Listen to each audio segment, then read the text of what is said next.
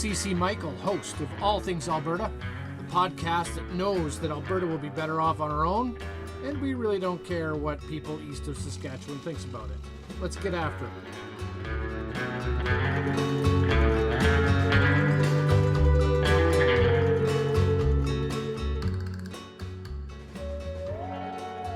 Welcome to the 10th edition?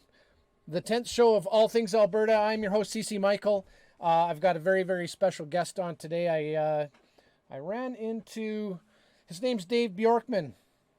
I ran into Dave on Facebook through, you know how it works on social media. You friend one guy, then you friend another guy, and then suddenly you're seeing other people and meeting other people that you hadn't met before. And Dave Bjorkman's one of those guys. And I just want to bring Dave on now. Let's see if I can find him. There you are, Dave. Do you hear me all right? You betcha. Awesome. Cool. Dave, I am so excited to have you on. I don't know if you've seen many of the episodes that I've had so far, but I'm the guy that wants to interview people smarter than me, and I think you're right up there for especially what I want to talk about today. No pressure though, right? Yeah, Dave Bjorkman is, do I have this right? You are the founder of the Alberta Independence Party, is that right? Yeah, the legally registered Alberta Independence Party. Actually, Corey Morgan down south in your neck of the woods, he's the original founder, and he tried back in 2001. He didn't get status, but I met with him, and I got permission to use the name. I resurfaced it, and of course, all new policies, and we had success. We registered the party legally, and I ran in the 2019 election for Premier of Alberta. Excellent. And believe it or not, I got more involved in the provincial election this year than I have for a long time, and I became a UCP member, bought a 3-year membership, and I really didn't hear a whole lot about the Alberta Independence Party, and that, of course, is likely due to the fact that our mainstream media doesn't want to give any independence parties any sort of platform whatsoever. Would you agree with that? Oh, yeah. I was refused from the debates. They canceled almost every forum. I had 2 successful forums where I, as leader, of course, I took out some pretty big Alberta names, and, in those forums, they weren't video recorded, but, for those live audiences against the supposed political experts, I crushed them. And I think I took out 1 judge, and of course, Christina Gray had another one. And then after that, I was pretty much, every forum was canceled that I was invited to participate in, as well as they didn't let me do the debates, the provincial debates, which, by all rights, I should have been there. We had a majority MLA cast, which we serviced the requirements to meet, just like Maxime Bernier did.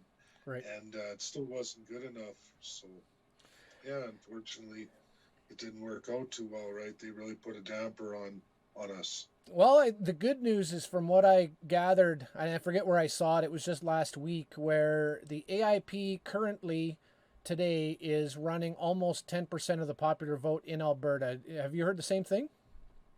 Oh, yeah, that's the Angus Reid poll, and actually it was more than just Angus Reid. It's 3 other well-to-do polls, as well as another one not so accurate, but 3 of those are highly accurate, and it was consolidated by Maclean's Magazine and their group that does poll servicing, which is 338 Canada.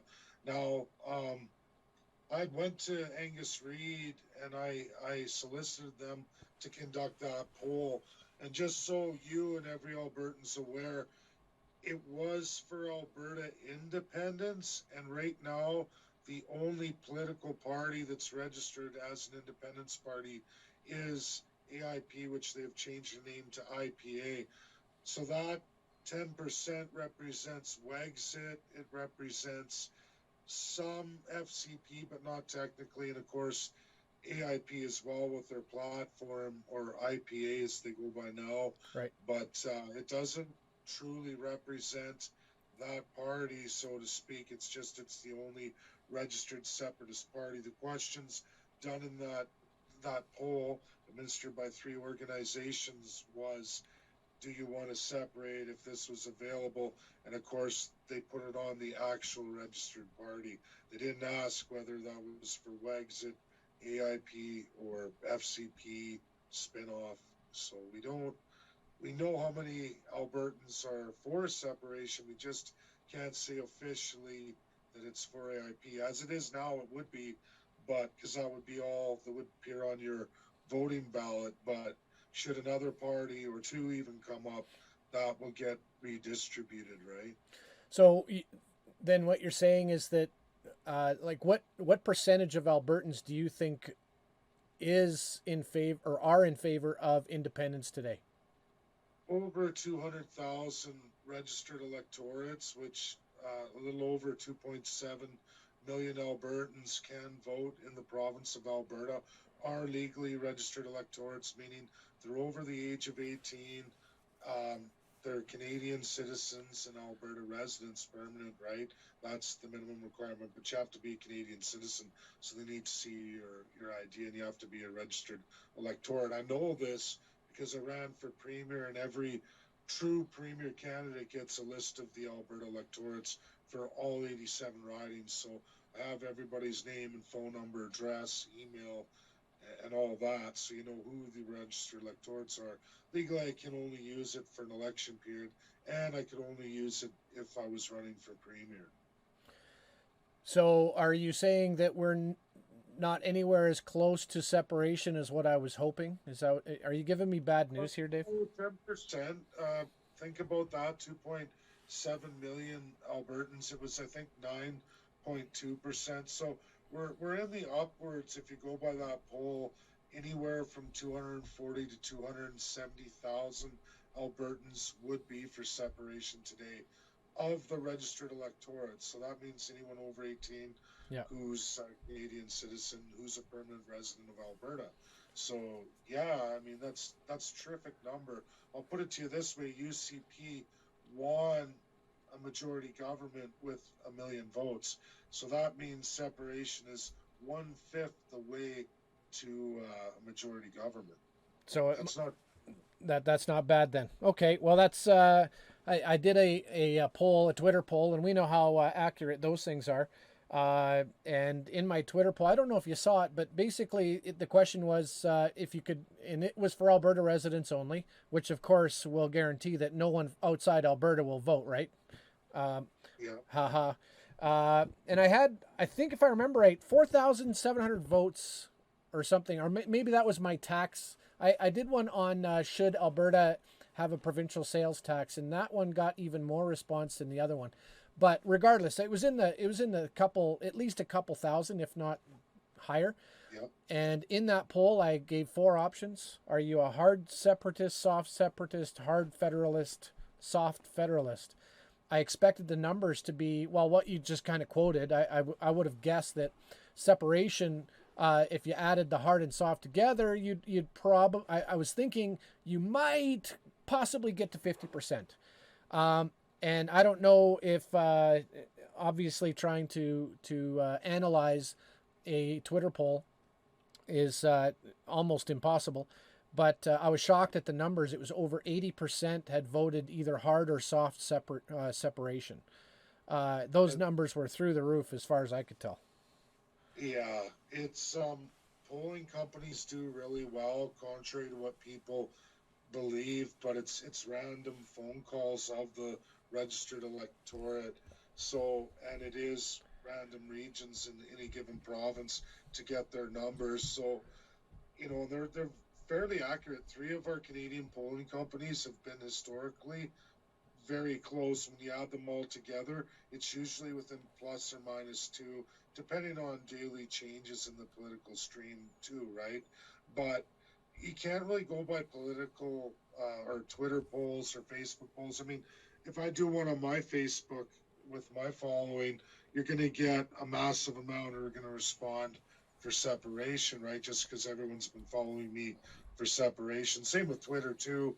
Well, not my Twitter. My Twitter's more um, not for social media. It's for a different purpose. I use it for getting into the United States on political agendas and meeting academics, and it works really well for me, or political persons.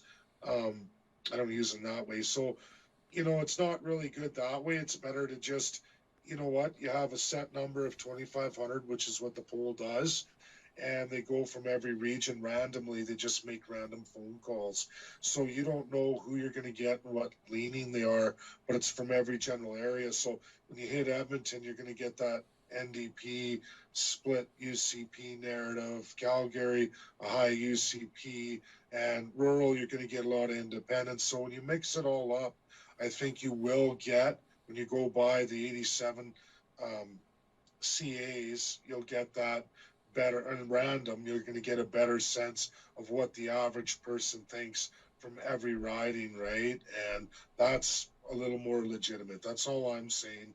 And the historical data is, they did the poll in the election. They said 0.7% for AIP.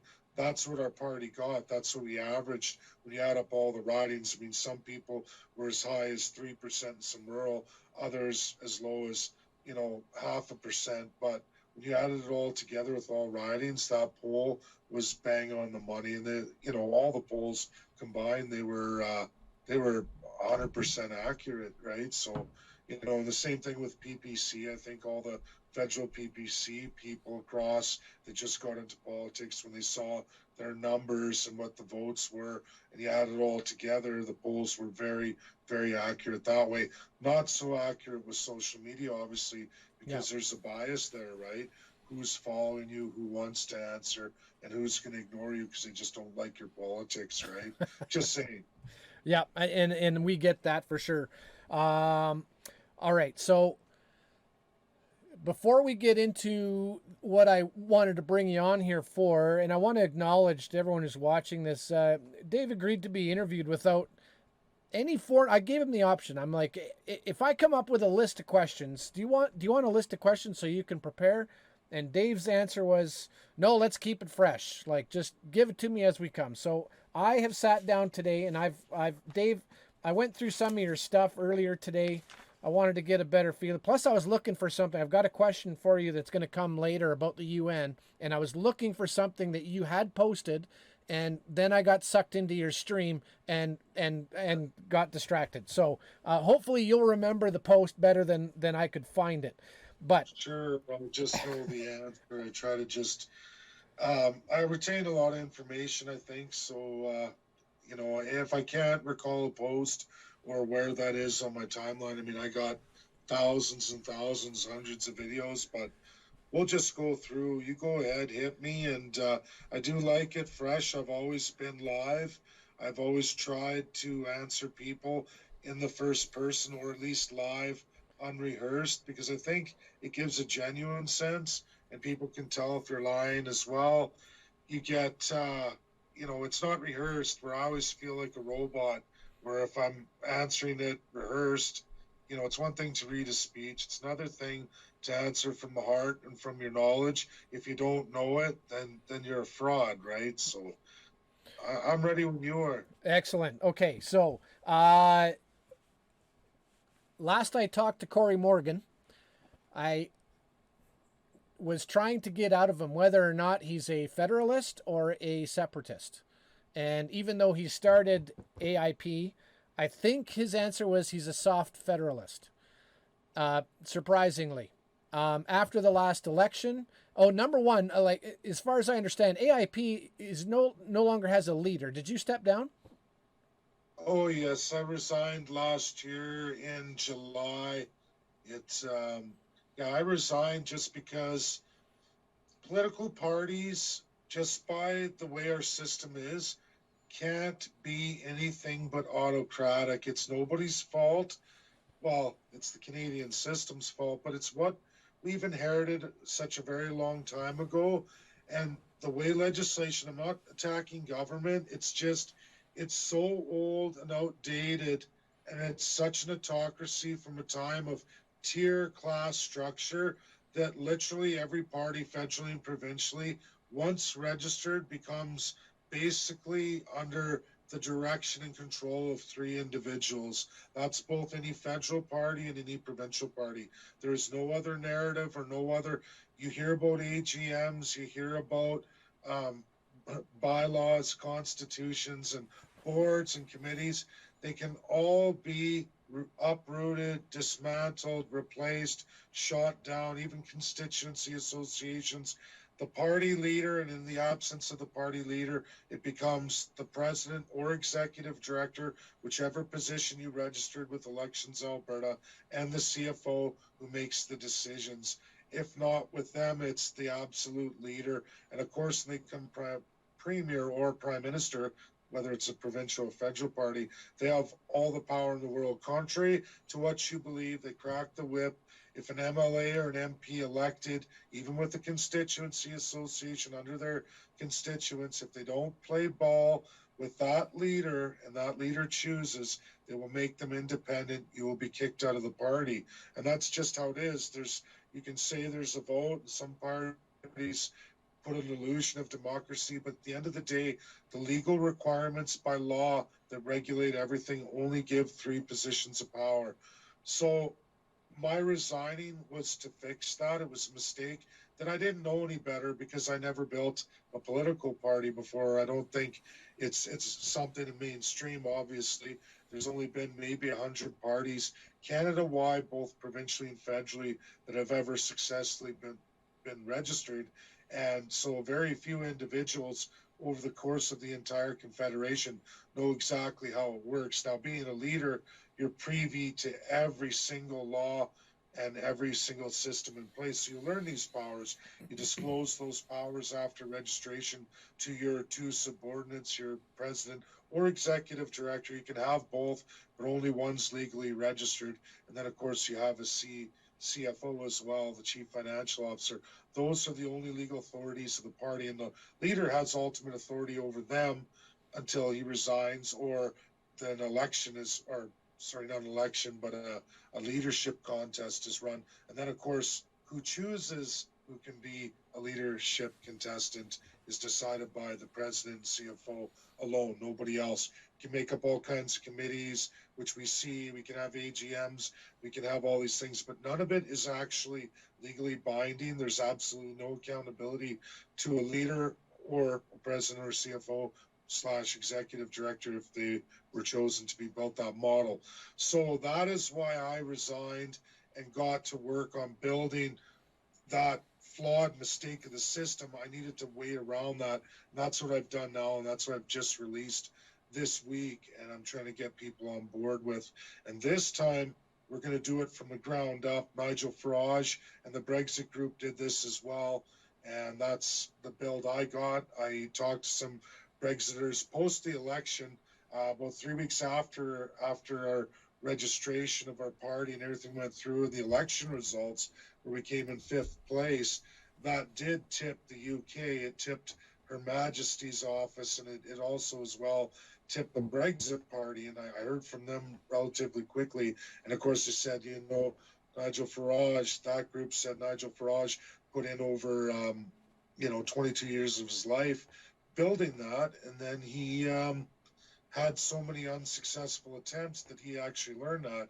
He was surprised I was able to learn as much as I did in 1 year. And then, of course, I resigned. And then it's, this is the problem we encountered. And this is why we did Brexit and how we built it.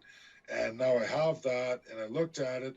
And now, of course, the Canadian or in provincial system matches the UK to a T, because that's where we got it from. So, of course, I checked with Elections Alberta, and I've checked with Elections Canada on what can be done here. And sure enough, everything I'm rolling out that I've worked a year on developing is 100% legal. It's never been done in Canada or the provinces before, but in UK, the Brexit was never done before either, and they ended up getting a mass majority. And look what they did in the EU, so they got them out. And that's what my plan is, to educate Albertans and get them to be on a new level, a new way of thinking, and to finance that, I'm going to roll out a federal party build in a true direct democracy that we don't have in Canada. It's very autocratic, and people just don't realize, Chris. Sorry, that was a little long-winded, I think. It's all good, and so you're in fact talking about the Alberta partnership that I'd like to wrap up the show with that. I want to end with that, so I want to have a better idea with regards to how to take those steps forward. So if you don't mind, we're going to wrap up the show with your Alberta partnership program. Awesome. So you asked Corey Morgan. I'm sorry. What was it you wanted to know about? You were saying soft federalists. You're asking me what Corey Morgan's stance is? No, I was just saying for an ex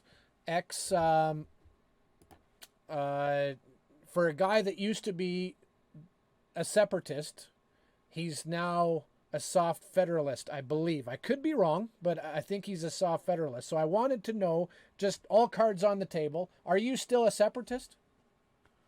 I'm absolutely 100% separatist, yes. There we go.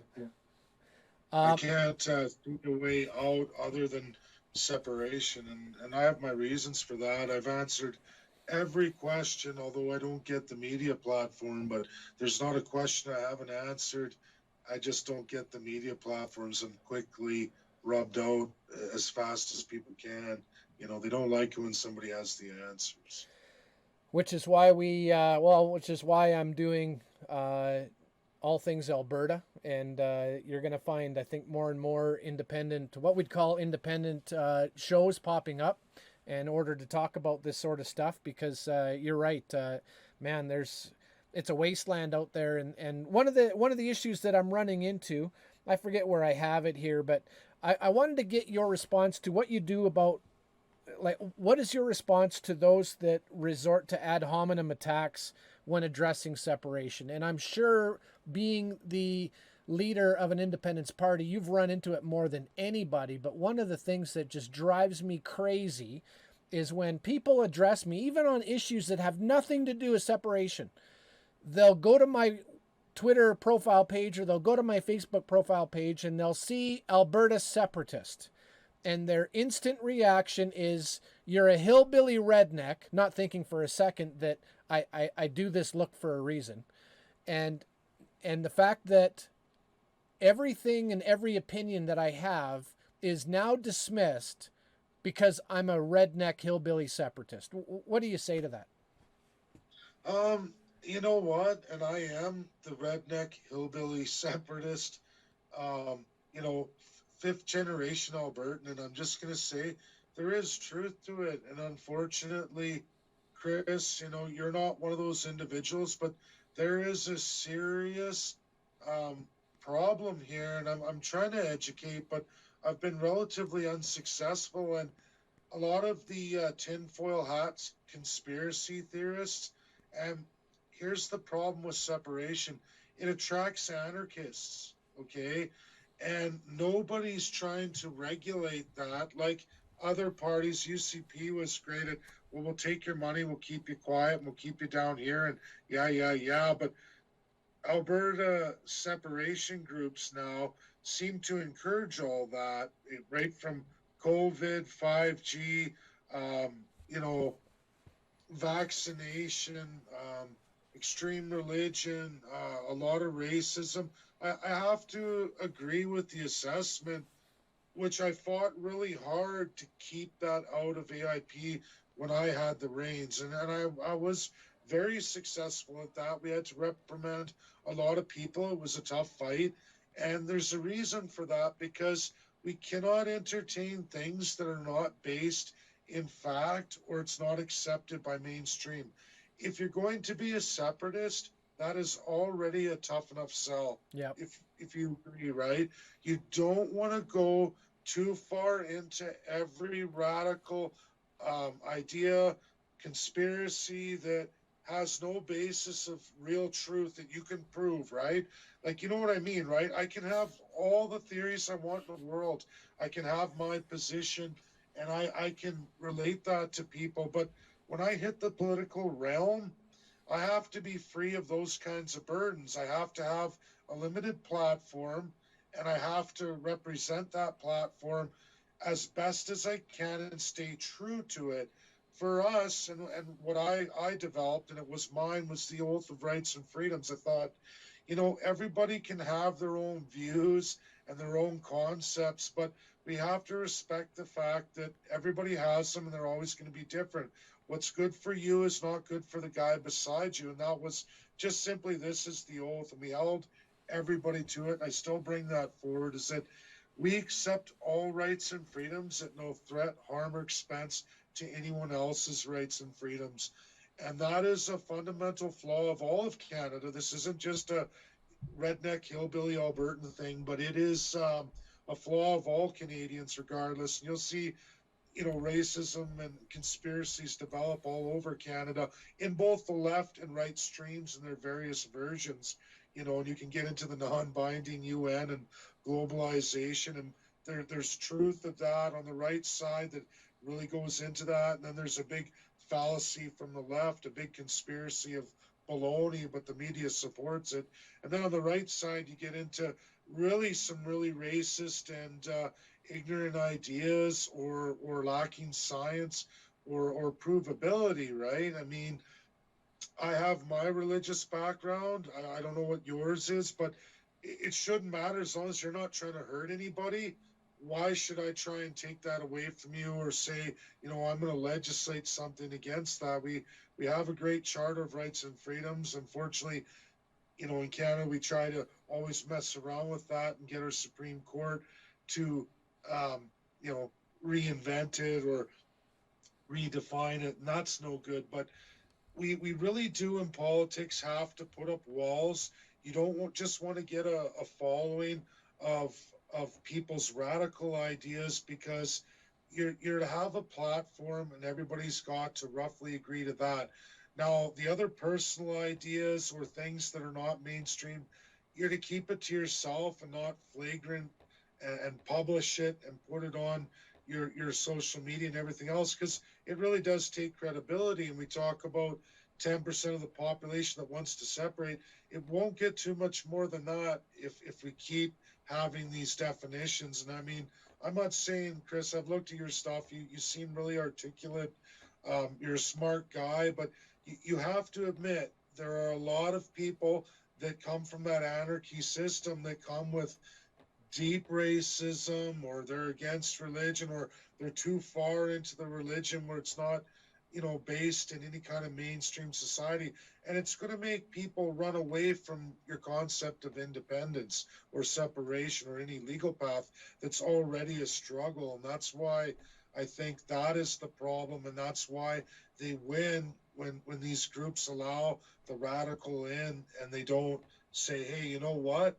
That's a great opinion, but keep it to yourself, because unless there's a fact there, like we all want to hear fact, but if you don't have any science or any experts or any backing for your claims, and that's left or right, sorry, you're going to have to leave it at home until you do have that kind of evidence. And that's what we fail to do, especially in the independence groups, right, or the parties. They fail to deliver on that, and they allow it to go way too far. And that's where we get our handles, and it's unfortunate. It's part of the price you pay. You have to educate people, and that's part of it. So there, I guess.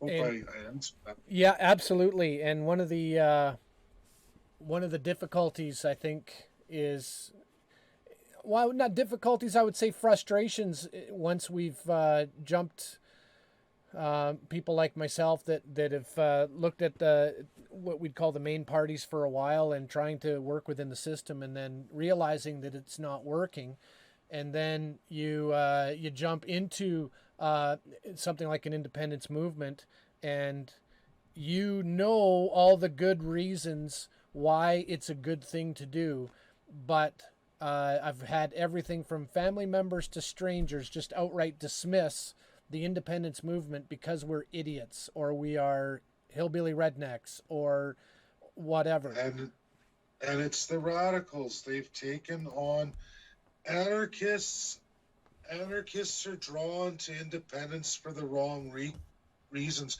You know there's a good percentage of the population that is an anarchist, which means it wouldn't matter what the government is. They don't want any, whatever authority or establishment is in place, or system or rules of law. These are the people of society who want to usurp it no matter what.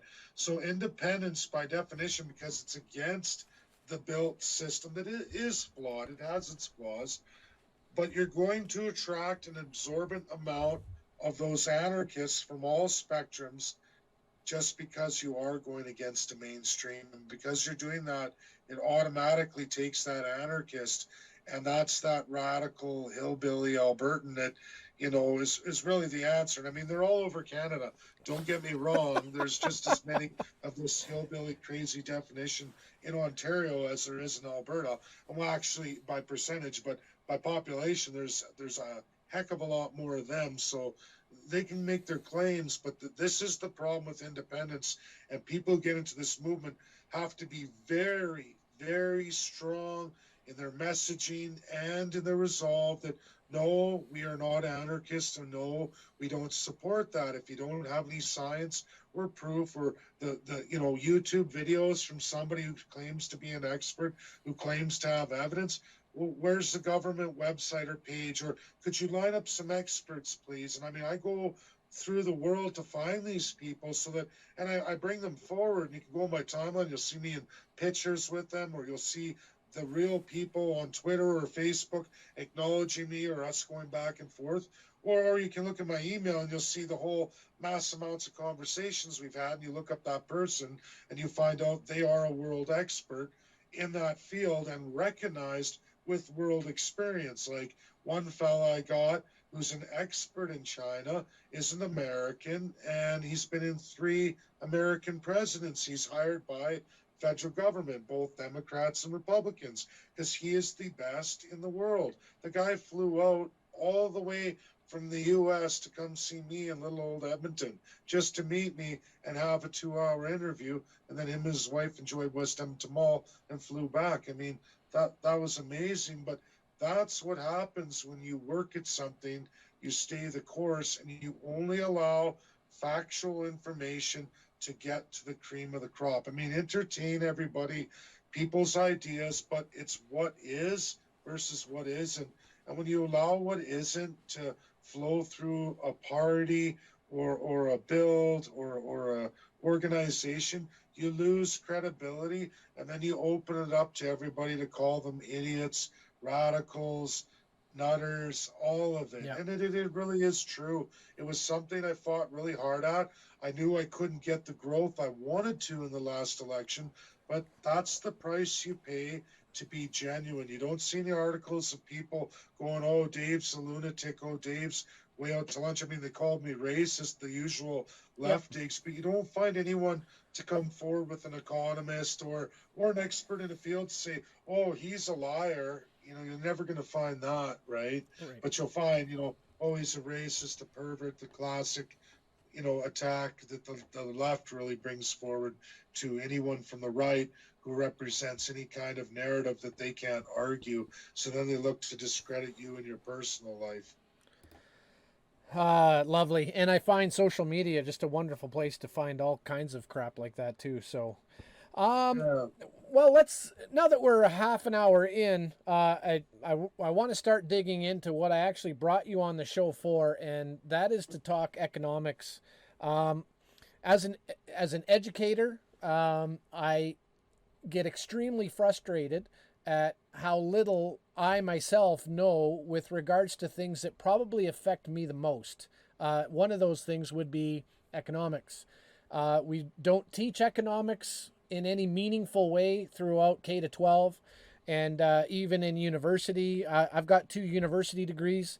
Believe it or not, to those haters out there that think I'm illiterate, as you can see, I've got some books behind me. I actually have read most of those. The fact of the matter is that when it comes to economics, I am an idiot. I don't know much. So I've got Dave here, and Dave, as far as I know, you have an economics major. Is that right? Yes, absolutely. Business management with a major in macro and microeconomics. So I did some financing, marketing. I have lots of law electives. I took that from Edmonton, Nate, and I brought that forward. At the Baskin Lethbridge have online courses. They have a combined program. Many years ago, I used the credit from both in a 3-year period to get my degree. It's not a righteous degree from the U of A or even Grant McEwen, but you know what? It's just is equivalent to a Grant McEwen degree. It's just not. I'm not basically in that elite class or Harvard, but that is the real truth. I did the same courses as everybody else, and I graduated. So I passed my tests and I did my projects. Well, what that means to me is that you know a hell of a lot more than I do. So, I only have 2 pages of questions. I could have had many, many more. Click on answers. Okay. Okay. My first question to you: I looked up this morning on the Alberta debt clock. As of today, we are just shy of Alberta debt. We're sitting at $72.4 billion.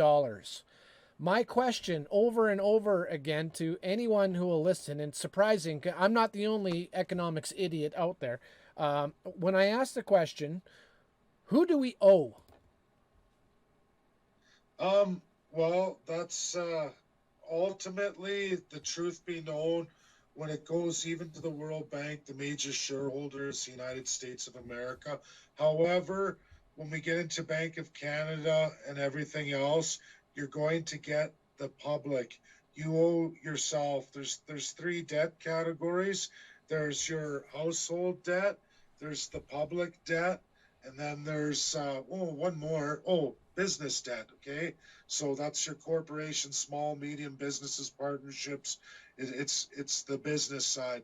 So those three are the three world rated, and it's against what the revenues are, and we look at total debts and all those categories against the province's GDP, and then you can take the whole country as a whole, adding all the provinces together against the federal GDP. So we know that world currency is all rated to the American dollar. That's the universal since the fall of the gold standard. There are many institutions that can lend a city or a province, but the city must get approval from the province. Now, province and federal can borrow outside in certain powers of each other and go to foreign lenders, right? Even to the Bank of America if you want. But realistically, our provincial debt is held by the public, meaning our pensions, every investment you have in the Canadian system, RSPs, everything else, there's a debt held against that, believe it or not, and your asset value. And then there's foreign lenders as well, which the major shareholder is the United States of America, the government, the public Americans. And as well, there's actually a whole bunch of pension funds. Okay, we're back. Unfortunately, I had a battery issue in my microphone, but we are now refreshed. Dave is going to be right back. He was 3/4 of the way of answering the question with regards to uh, basically who do we owe when the province of Alberta owes $72.4 billion. Who do we owe? And I've asked Dave that question because for the most part, I have heard from other people that admittedly aren't economists that we owe ourselves. That's one large thing that I've heard. Dave, if you're back, one of the things Yep. that I've heard other people when I've asked other people that question, and granted they're not economists, but they somehow seem to think that debt isn't a problem because this is debt that we owe to ourselves. Well, yeah, and we don't just owe it to ourselves. So, the USA, most of their debt is to the public and those pension plans we're talking about. So imagine working your whole life investing in your pension, and then those debts get recalled or the servicing's too much, and they they have to lose it. They have to cut it back, and that happens all the time. You hear about it. But Canada, 50% of our debt, which would be the same for Alberta, pretty close, is foreign owned. America has a large percentage of that. I don't want to give you the exact numbers because I haven't actually looked at this since the election. I'd have to relook, but most of it's USA of the half foreign owned debt. And then you have, I believe, 17 other countries who have smaller claims to our foreign debt.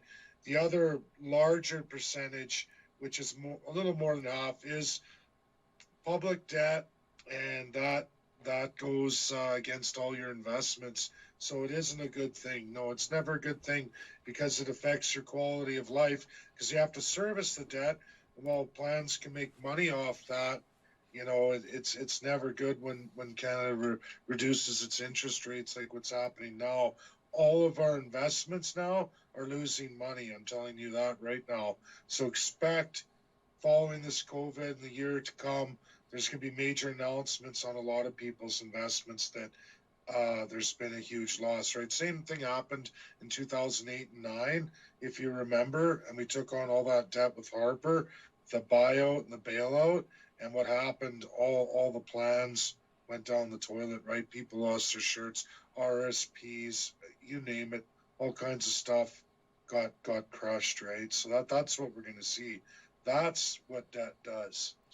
So it is a big deal, right? Like, it is a big deal because the more debt you have, you start to devalue your currency too, and then you're not worth as much. People say, the East loves that because they like the idea that, oh, hey, we got more manufacturing. I just had this argument again with person. Oh, we're going to have more manufacturing. Oil companies are going to want to invest here and yada, yada, yada. We sell oil in Alberta, American dollars. So if our dollar goes down, they get cheaper manufacturing. Yeah, except for your cost of living goes way up. yep. And then when they retail the products to you, they're marked way up. Do you guys all remember $1.39 gas? That's part of it. I mean, that's not the only reason. Obviously, oil price has a lot to do with it, but so does your currency devaluation. And we're lucky that those products are not worth nothing right now.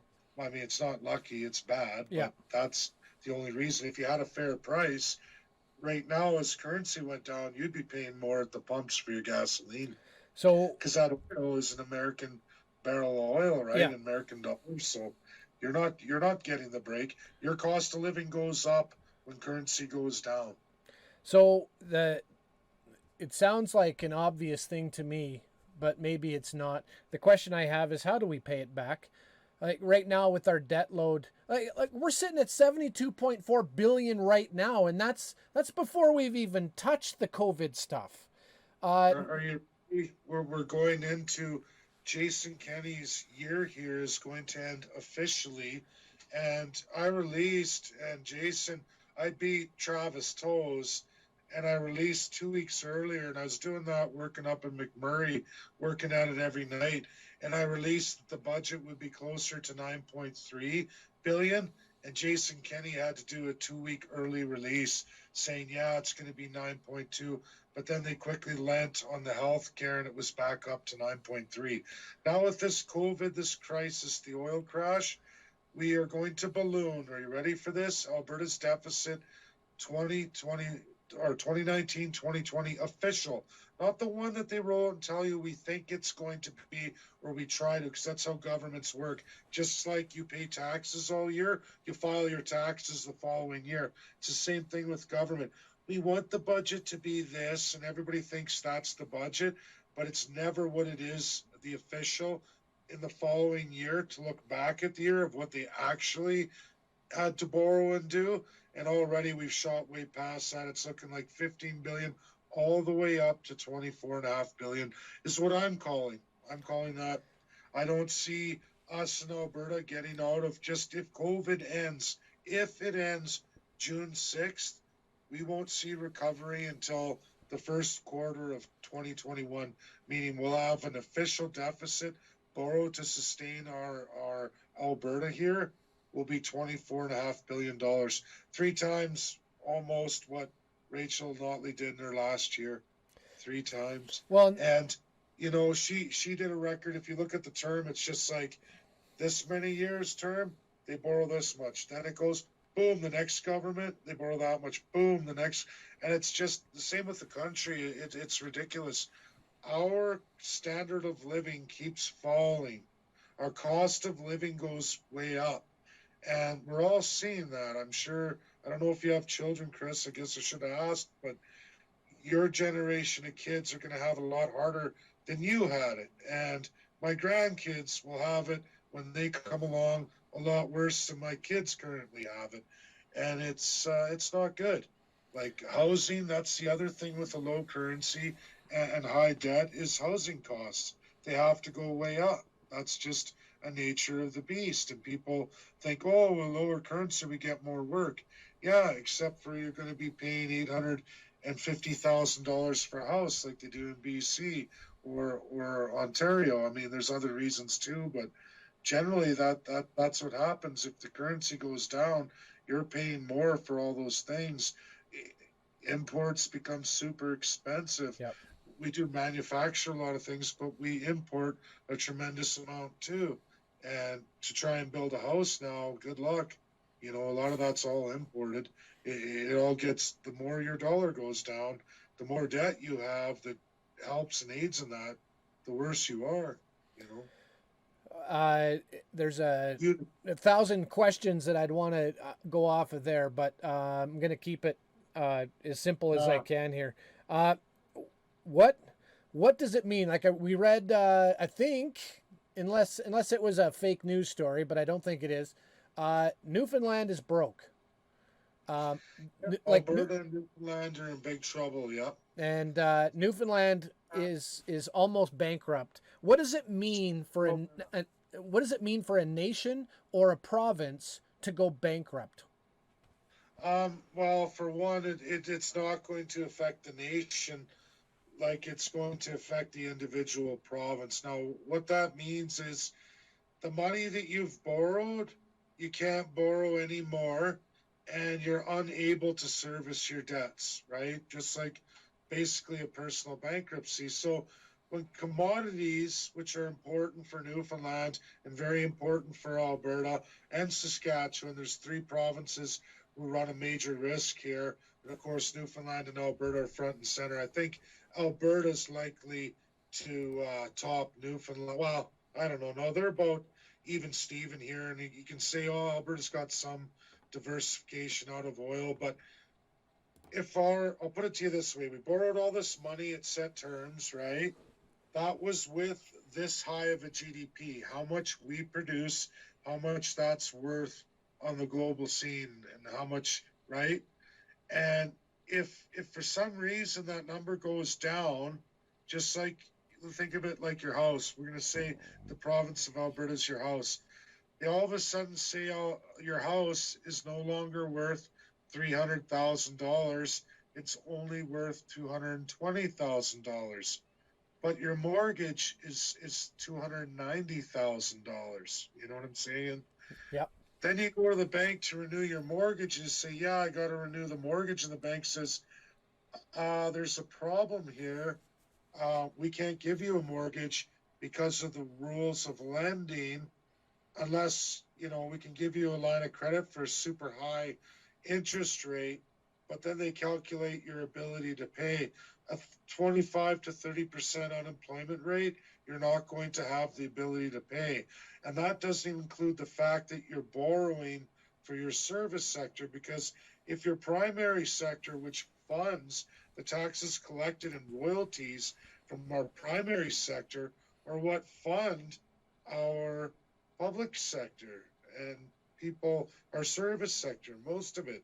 If you don't have any private sector, meaning primary industry that's went out and sold on world market to give you a dollar value for your goods on the world scene, and you don't have that anymore, no one's going to lend you money to produce something that doesn't generate wealth. They're going to say, I'm sorry, scratching their heads, this doesn't work for us, just like the bank, right?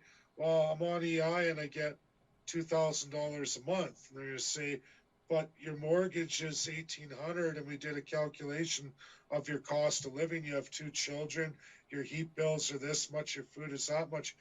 We can't lend you any money because you're not going to be able to pay.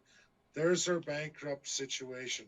Now, what does it mean? It means Canada coming in for a bailout, and that's what they're looking at right now. And I mean, it's going to devastate even Canada. Borrowing money to service those needs is going to end up getting us a higher interest rate for all Canadians as well. They're going to look at what's your primary, do the same calculation. Now, Canada as a whole, outside of those two, with the deflating dollar, which we're watching, is going to get lending, but they're going to get higher interest rates, which means we all have more servicing to pay. What it means is everything that each of us produces, so much of it must be taken out. So if you collect every year 5 barrels on average of apples, your debt servicing now, they'll say you have to give us 1 barrel of apples, and now you got to make do with four. And it'll go on and on.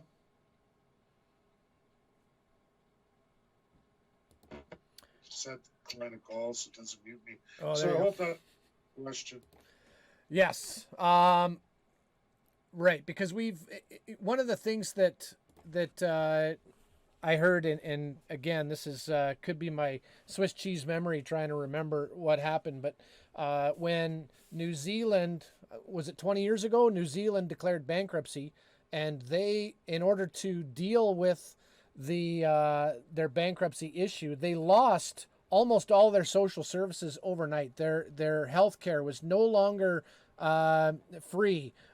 People had to start paying, and so on. Is this something that we can experience here? Oh, absolutely. But you have to be careful. We will get federal taxes from total, our federal transfers in health for total federal taxes collected, but that will be reduced. And since Alberta pays equalization, like we're different than Switzerland, like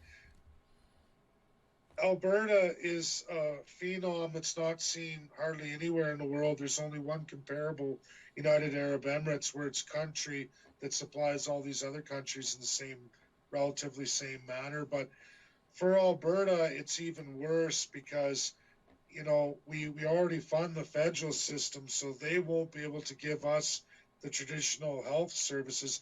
Healthcare, education is provincial. There's a list of the services provided by the provincial government, and then there's list of services by the federal government. So you'll get military, you'll get some other things. Hardly anything you see around you is federal. Most is provincial. So yes, you're going to have municipal instability because the municipalities are limited to borrowing because they're regulated by the province as well. Cities go down the toilet. And for you, firefighting, police, all of it gets scaled back. You can basically look at Venezuela, like there's only so much money in the pot. This is all we can have. And you're going to have mass people unemployed and poverty on the street. And it's the Canada's solution. Come move to Ontario, Quebec, or somewhere else in the country and join that viable market. And hopefully you get something manufactured with super high housing rates. Meanwhile, people drop the keys and Alberta's population goes down because you're right. There won't be any health care. There won't be any education and a number of other provincial services that are provided. But those are the huge two big ones. Healthcare, half of our provincial budget, it'll get cut to unbelievable amounts. I've said this more than once to anyone who will listen, and especially when the NDP were in charge, and that was that this is one area that I wish public union sectors would figure out, and that is when the private sector does well, the public sector does well. And when the private sector hurts, the public sector hurts. So when you bring in a government like the federal Liberals or at the time the socialist NDP government in Alberta, and they carry out their ideology, it decimates the private sector. And when it decimates the private sector, it's going to decimate the public sector. And for whatever reason, people can't clue in to that. Are you still there, Dave? Okay. It looks like we lost Dave. I've got way more questions for him. It's been a fascinating conversation so far.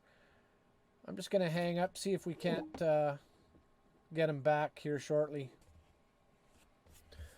Well, folks, looks like we've had some technical difficulties running into or trying to get reconnected with Dave. So we're going to call this part 1 of the interview with Dave.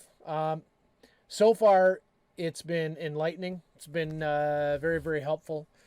A couple of the highlights I just want to highlight here. Debt is a big deal. We owe our debt to somebody. As Dave was saying, yes, some of it's to ourselves, but man, we've got lots of foreign debt, lots to the U.S. And with each passing day, with each passing announcement that comes daily out of Trudeau and Jason Kenney, that debt load just keeps going up to the point where we are going to end up in a world of hurt if we're not careful. And to those that think that we can just tax our way back to prosperity, that's not how it works. It's never how it's worked. I think it's fair to say, from the examples of others that have fallen before, when a nation can't pay its bills, the first thing that goes are your social programs. If you like your health care, if you like public schooling, if you like much of what is paid for through public funds, it's going to take a hit. And this is one of the things that I didn't have a chance to chat with Dave about. But the fact of the matter is, for those groups that are screaming about Jason Kenney's cuts to on the budget, you haven't seen anything yet. If this continues the way it's going, not only are our taxes going to go through the roof, but on top of that, taxes will go up, your social services will go down, and will go down drastically. And so this is what we're talking about when we say things like, our, as a famous theologian once said, consequences have ideas. Ideas have consequences. Sorry. Ideas have consequences. And when we implement bad ideas, outcomes are bad. And when we have ideology getting in the way of prosperity, it drives down the overall living standards for everybody. And I think we're well on our way to having that become a realization. Dave kept mentioning, look at Venezuela, and I would love to, in part 2 and possibly part 3 of finishing up this interview with Dave, is trying to understand better what happened in Venezuela, why did it happen there, and can it happen here? Anyone who thinks that it can't happen here, you're just not paying attention. So we need to be careful. We need to be careful. Anyway, looking forward to hooking back up with Dave in the near future. In the meantime, I want to thank him for his time and his input. We're in trouble, folks. We're in trouble. Let's hook up soon. Take care. Stay safe.